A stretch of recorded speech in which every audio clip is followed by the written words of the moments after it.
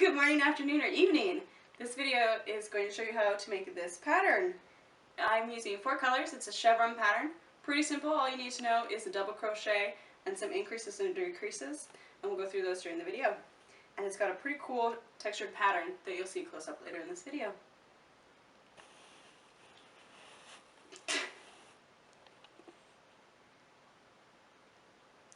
Okay, so I've already got my first crochet there.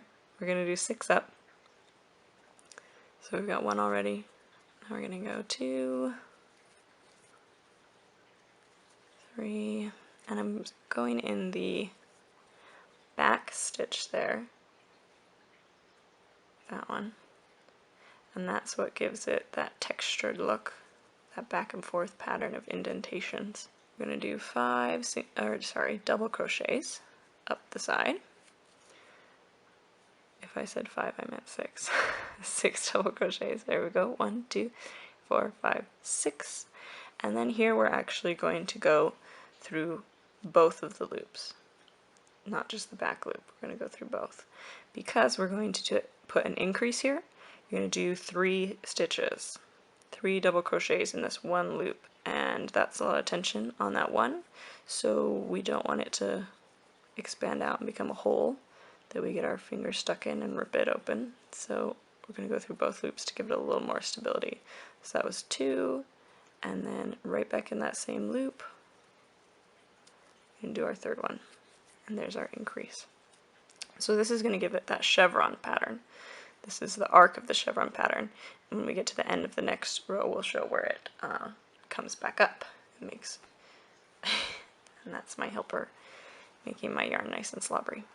Alright, so then we're going to come back down, same thing, we're going in the back loop, and double crocheting, and we're doing 6. Again, this pattern is super simple. Really all you need to know is a double crochet, and then an increase and a decrease. If you're not familiar with a double crochet, you're going to yarn over. Right now we're going under the back loop. Yarn over again, pull through. Then you're going to yarn over and pull through 2 loops. You're leaving this back one on, and you have a new loop on. Then you yarn over again and pull through both. There's your double crochet. Again, that's yarn over, through, yarn over, pull it out, yarn over and go through 2, yarn over and go through 2. So from our 3 right here, we're going to count 1, 2, 3, 4, 5, 6. Give me that back, you little snot. So then here we're going to actually skip 2. So we're going to skip this one right here and this one right here. So, and I'm still double crocheting and I'm still going to the back loop. You can see there that I'm skipping 1, 2. I'm going into this one and I'm going to double crochet and I'm going to try to tighten it up so it's not too big of a gap, and you can see all down I've got a gap there, and that's just inevitable. That's part of the pattern. Gives it a little pizzazz. And then you start back up the other side with your double crochets, and eventually you'll get this chevron pattern with the indentations because you're going in the back loop, and then when you flip it you'll be obviously working on the other side.